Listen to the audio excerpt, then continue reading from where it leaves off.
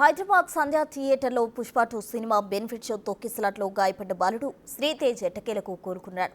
దీంతో శ్రీతేజ్ను ఆసుపత్రి నుంచి డిశ్చార్జ్ చేశారు. అనంతరం రీహాబిలిటేషన్ సెంటర్కు శ్రీతేజ్ను తరలించనున్నారు.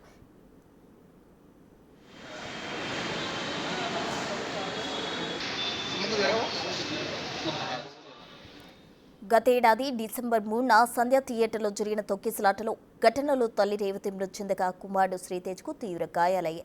అప్పటి నుంచి ఆసుపత్రిలో చికిత్స పొందుతున్న శ్రీతేజ్ 4 నెలల 25 రోజులుగా సికింద్రాబాద్ కిమ్స్ ఆసుపత్రిలో చికిత్స పొందుతున్నాడు.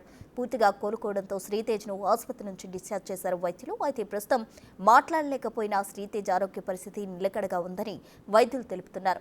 శ్రీతేజ్కు 15 రోజుల పాటు ఫిజియోథెరపీ చేయించి ఇంటికి తీసుకెళ్లొచ్చని వైద్యులు చెప్పారు.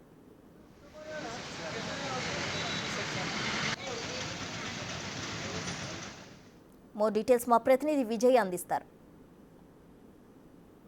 గతేడాది డిసెంబర్ 4వ తేదీన పుష్ప 2 సినిమా బెనిఫిట్ షోకి వెళ్ళినటువంటి శ్రీతేజ్ అలాగే తన తల్లి రేవతి అలాగే తన తండ్రి భాస్కర్తో కలిసి శ్రీతేజ్ అయితే సంధ్యా థియేటర్కి వెళ్ళారు. అయితే ఆ సంధ్యా థియేటర్ వద్ద జరిగినటువంటి తొక్కిసలాటలో భాగంగా శ్రీతేజ్ తల్లి అక్కడికక్కడే మృతి చెందింది రేవతి. అలాగే శ్రీతేజ్ ఆరోగ్య పరిస్థితి కూడా తీవ్రంగా గాయపడినటువంటి పరిస్థితి కూడా ఉంది శ్రీతేజ్.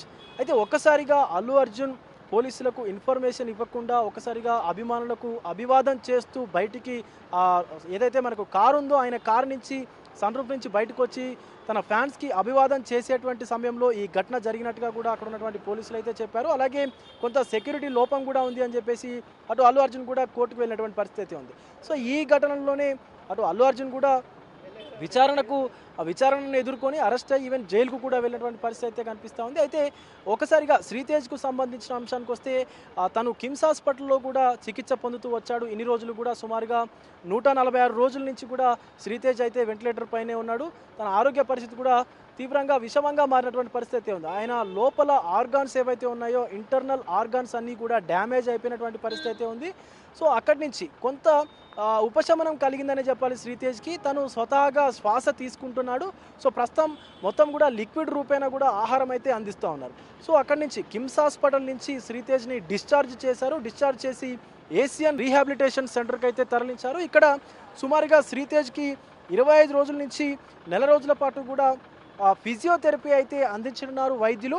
ఫిజియోథెరపీ అంటే నార్మల్ది కాకుండా రోబోటిక్స్ ద్వారా కూడా ఫిజియోథెరపీ అందించనున్నారు. ఎందుకంటే బాబు వయస్సు చాలా తక్కువ కాబట్టి, అలాగే లోపల ఆర్గాన్స్ అన్నీ కూడా డ్యామేజ్ అయిపోయినటువంటి సిచ్యువేషన్ ఉంది కాబట్టి వైద్యులు నేరుగా ఫిజియోథెరపీ అందించకుండా కొంత రోబోటిక్స్ ద్వారా కూడా ఫిజియోథెరపీని అందించేటువంటి అవకాశం అయితే కనిపిస్తూ ఉంది.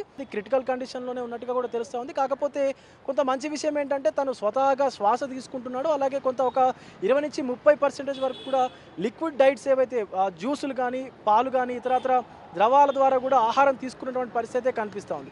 సో చూడాలి, ఒక 20-25 రోజులైతే ఈ ఫిజియోథెరపీ అందించిన తర్వాత బాబు ఆరోగ్య పరిస్థితిని దృష్టిలో పెట్టుకొని వైద్యులు అయితే ఇంటికి పంపించేటువంటి ఛాన్స్ అయితే ఉంది. ఒకవేళ కనుక రెస్పాండ్ కానట్లయితే, తన బాడీ రెస్పాండ్ కానట్లయితే సో మిగతా ఫర్దర్ ట్రీట్మెంట్ కూడా చేసేటువంటి అవకాశం అయితే కనిపిస్తూ ఉంది. కెమెరామెన్ కృష్ణతో విజయ్, బిగ్ టీవీ, హైదరాబాద్ నుంచి.